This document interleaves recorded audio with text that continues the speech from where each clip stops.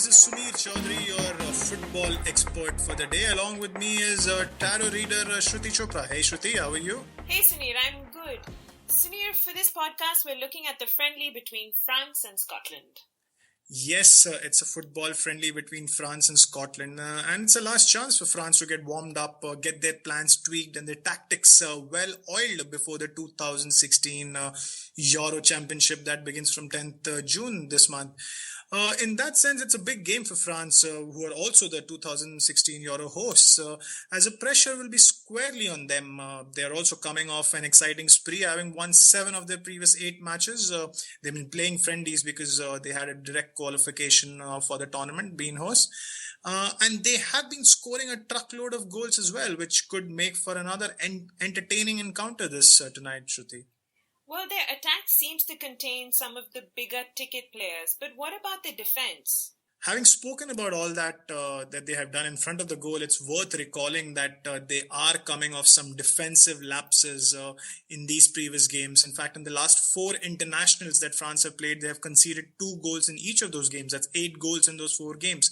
And that's something that French manager Didier Deschamps will need to look to turn around leading into the main tournament. Any players to watch out for France heading into the Euros? Well, France will be without Lassana Diarra, who has unfortunately been ruled out of the tournament, but they will welcome back Anthony Martial from his thigh injury. He's recovered from that injury now.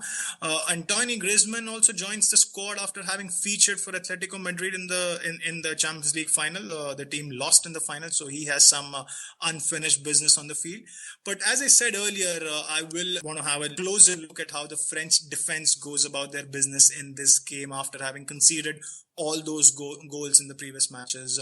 What light does Tarot throw on France's gameplay, Shruti? Well, France are obviously looking very comfortable at home. They understand the importance of remaining well-oiled and giving this game as much importance as they would when they actually play the Euro Cup games.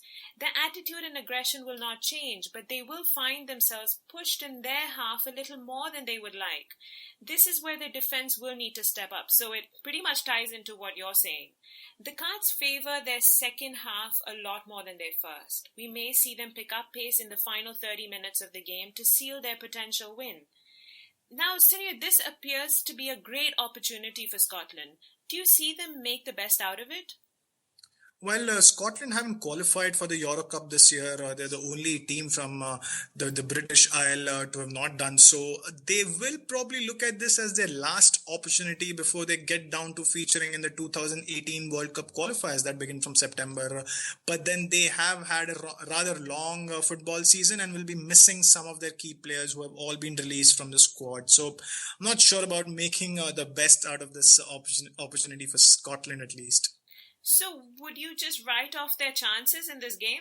Interestingly, and despite Scotland not being a footballing great as a nation, at least in comparison with some of their European rivals like France or Germany or Italy, they go into this game with a better head-to-head record against France. That's a bit surprising. 15 matches played since, I think, 1930. Scotland have 8 wins to France's 7. Of course, that goes all those years back, like 86 years, in fact. But even if I were to look at the last couple of games between these two sides, Scotland have won both those 2 1-0 wins coming in the Euro Cup qualifier for the 2008 edition of the tournament. So, Shruti, you never know. How do you see, Shruti, Scotland in this game and how do the cards go for them? Yes, Suneer, I totally agree. You really do never know. And I'm saying this because it seems highly probable that Scotland will have 3 to 4 opportunities to score. But will they manage to convert? Well, I would believe that at least 1 goal should come out of it. But quite frankly, their overall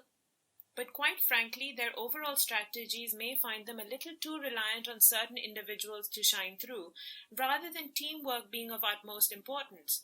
I get a sense that they could be unrealistic, but their aggression could make this a really interesting game. What would be your call for this game? I wonder if you're going to surprise me. I don't think there are any surprises from my side. I think France will make it 4 wins in a row. They've won 3 matches out of the last 3 that they played, all friendlies. But they might end up conceding yet again in that bid. What about you, Shruti? The cards saying anything different? Well, no, actually, it's definitely Tyro advantage France. We should see a minimum of 2 goals from them, or they could even win by a 2 goal margin. Somehow, 2 is quite prominent in the cards for them this game. So let's see. Well, there you go. That's all we have time for in this special edition football podcast. But we hope to be back soon with a little more cricket. Till such time, thank you for listening in. Bye bye.